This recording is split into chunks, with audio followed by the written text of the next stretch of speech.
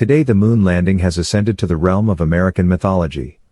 In our imaginations, it's a snippet of crackly audio, a calm and slightly hesitant Neil Armstrong stepping from the ladder onto the surface of the moon, saying, "That's one small step for man, one giant leap for mankind." It is such a landmark accomplishment that the decade-long journey has been concentrated into a single event, as if on a summer day in 1969, 3 men climbed into a rocket, flew to the moon, pulled on their spacesuits, took a few steps, planted the American flag, and then came home. But the magic, of course, was the result of an incredible effort, an effort unlike any that had been seen before. 3 times as many people worked on Apollo as on the Manhattan Project to create the atomic bomb.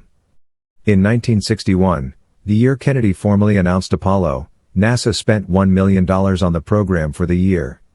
5 years later NASA was spending about $1 million every 3 hours on Apollo, 24 hours a day. One myth holds that Americans enthusiastically supported NASA and the space program, that Americans wanted to go to the moon. In fact, 2 American presidents in a row hauled the space program all the way to the moon, with not even half of Americans saying they thought it was worthwhile. The 60s were tumultuous, riven by the Vietnam War, urban riots, the assassinations. Americans constantly questioned why we were going to the moon when we couldn't handle our problems on Earth. As early as 1964, when asked if America should go all out to beat the Russians in a manned flight to the moon, only 26% of Americans said yes. During Christmas 1968, NASA sent 3 astronauts in an Apollo capsule all the way to the moon, where they orbited just 70 miles over the surface, and on Christmas Eve, in a live, primetime TV broadcast, they shared pictures of the moon's surface, as seen out their windows. Then the 3 astronauts, Bill Anders, Jim Lovell, and Frank Borman, read aloud the first 10 verses of Genesis to what was then the largest TV audience in history. From orbit, Anders took one of the most famous pictures of all time, the photo of the Earth floating in space above the moon, the first full-color photo of Earth from space, later titled Earthrise, a single image credited with helping inspire the modern environmental movement. Anticipation for the actual moon landing should have been extraordinary. In fact, as earlier in the decade, and despite years of saturation coverage of Apollo and the astronauts, it was anything but universal. 4 weeks after Apollo 8's telecast from lunar orbit, the Harris poll conducted a survey and asked Americans if they favored landing a man on the moon. Only 39% said yes. Asked if they thought the space program was worth the $4 billion a year it was costing, 55% of Americans said no. That year, 1968, the war in Vietnam had cost $19.3 billion, more than the total cost of Apollo to that point, and had taken the lives of 16,899 U.S. troops, almost 50 dead every single day, by far the worst single year of the war for the U.S. military. Americans would prove to be delighted to have flown to the moon, but they were not preoccupied by it.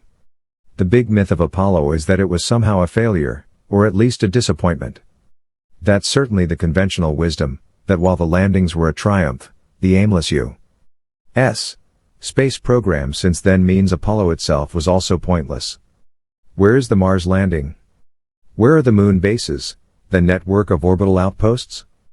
We haven't done any of that, and we're decades from doing it now. That misunderstands Apollo, though. The success is the very age we live in now. The race to the moon didn't usher in the space age, it ushered in the digital age. Historians of Silicon Valley and its origins may skip briskly past Apollo and NASA, which seem to have operated in a parallel world without much connection to or impact on the wizards of Intel and Microsoft. But the space program in the 1960s did 2 things to lay the foundation of the digital revolution.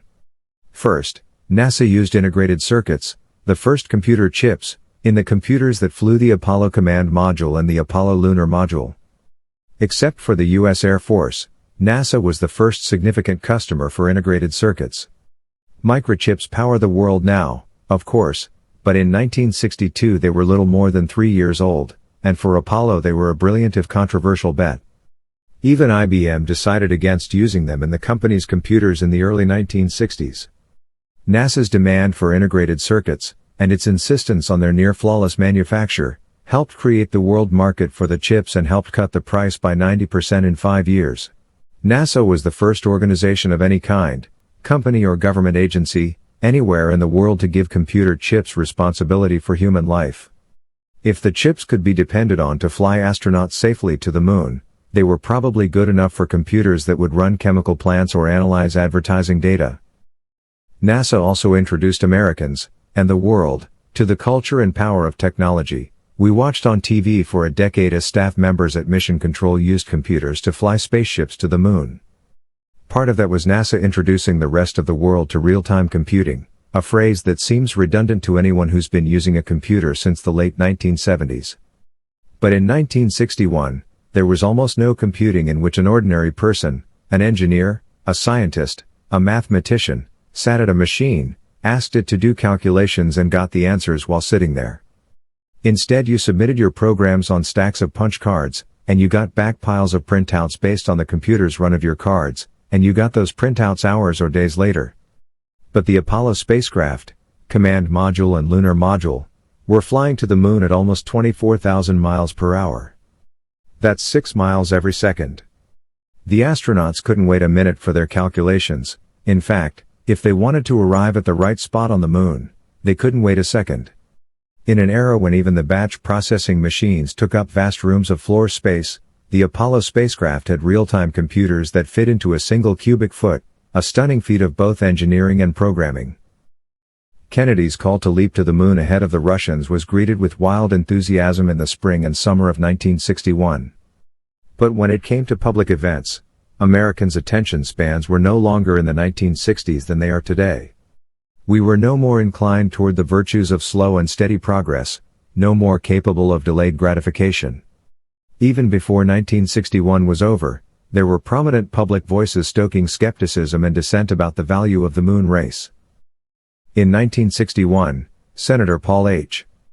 Douglas released his own poll, not of the American people but of U.S. space scientists. The question, was sending astronauts to the moon, at the earliest feasible moment, of great scientific value?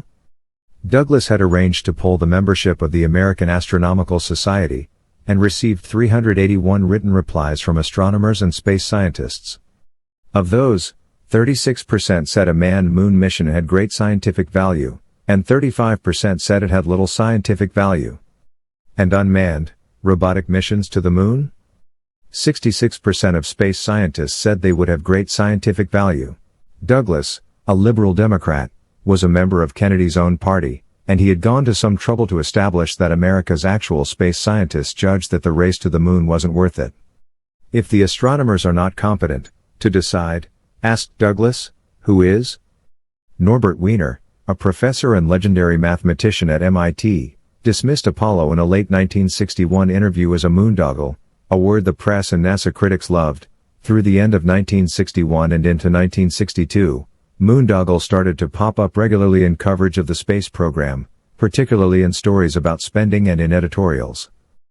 In January 1962, the New York Times published an editorial pointing out that the grand total for the moon excursion would reproduce from 75 to 120 universities about the size of Harvard, with some money left over a moon landing, or a Harvard University for every state.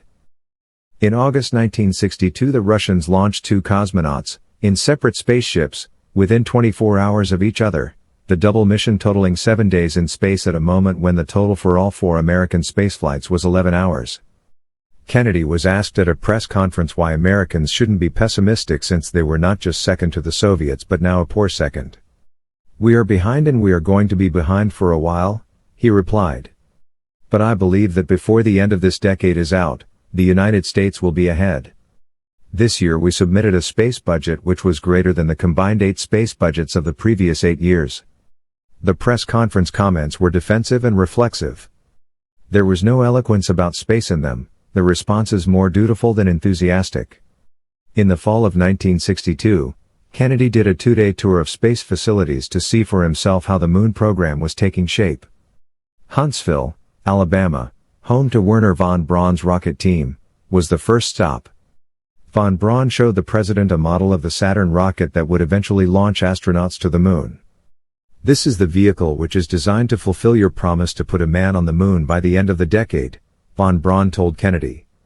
He paused, then added, "By God, we'll do it."